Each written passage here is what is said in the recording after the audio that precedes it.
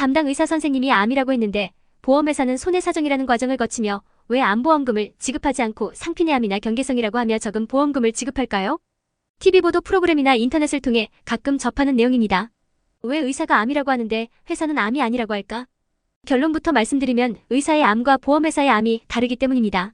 의사들이 의대생 때 암을 처음 배우는 수업은 병리학입니다. 병리학 교과서는 로빈스와 코트란이 저술한 질병의 병리학적 기초라는 책인데 전반부는 총론, 후반부는 강론으로 구성되어 있고 암의 기초에 대해 총론에서 다루고 있습니다. 병리학 교과서에서는 암이라는 용어보다는 신생물, 양성종양, 악성종양으로 암을 정의합니다. 병리학 교과서에서 중요하게 다루는 것이 양성종양과 악성종양이다 보니 의사들은 대부분 양성과 악성으로 구분하는 경향이 있습니다. 병리학 교과서에서 또 중요하게 구분하는 것은 이형성증과 제자리 암종입니다. 제자리 암종은 사실상 이형성증의 가장 심한 형태로서 치명이 없는 악성종양을 말합니다. 이 표현에서 눈치챌 수 있듯이 제자리 암종은 암종의 범위로 의사들의 뇌리에 박히게 됩니다. 그렇다면 일반인들은 암을 어떻게 보는지 알기 위해 국어사전을 찾아보면 악성종양을 일으켜서 결국 주변 조직을 침범하고 전이하여 죽음에 이르게 하는 병이라고 되어 있습니다. 그런데 보험회사들은 암을 어떻게 보고 있을까요? 보험회사들은 암을 행동양식이라는 것으로 나누어 봅니다. 이건 그들이 마음대로 그러는 게 아니라 WHO에서 주관하는 국제질병분류 지침을 따르기 때문입니다. 국제질병분류의 행동양식 코드는 5개로 대표되는데 /0은 양성이고 퍼지지 않는 종양, /1은 양성인지 악성인지 불명확한 경우로서 경계성, 낮은 악성잠재성, 불명확한 악성잠재성이라고 불립니다. /2는 제자리에 있는 악성종양이라고 설명되어 있고 제자리 암종, 상피내 암종으로 불리우며 침윤이나 침범이 없는 경우입니다.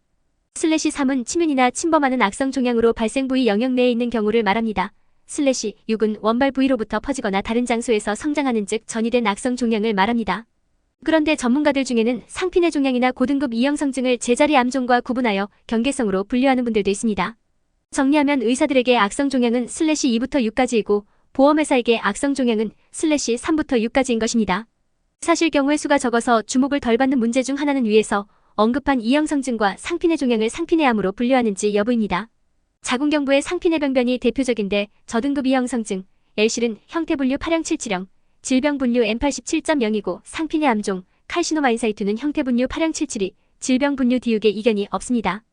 그러나 중등도 이형성증은 WHO에선 하이실로 8077이, 즉 디육으로 분류해야 하는데 한국과 국제질병분류에서는 M87.1로 명시되어 있고 중증 이형성증은 WHO 하이실로 8077이, ICD-10-CM 디육이지만 한국 분류에서는 M87.2로 명시되어 있어서 가장 혼란스러운 영역입니다.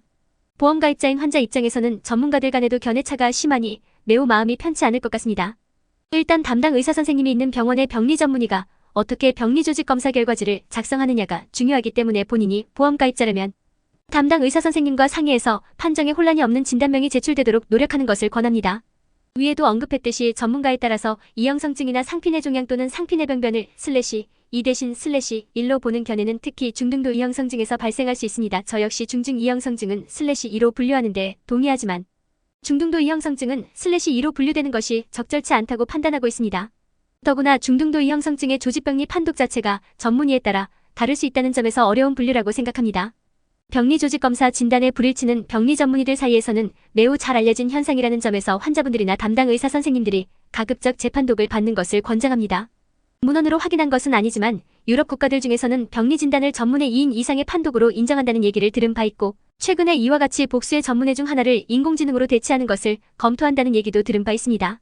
어쨌든 병리 전문의 간의 판독 차이가 매우 드문 현상이 아니라는 것을 인지하고 진료 목적으로도 보험가입자라면 유리한 지급을 위해 다수의 병리의사 판독을 받고 치료 방향을 결정하는 것을 추천드리며 오늘 내용을 마무리합니다. 항상 건강하세요.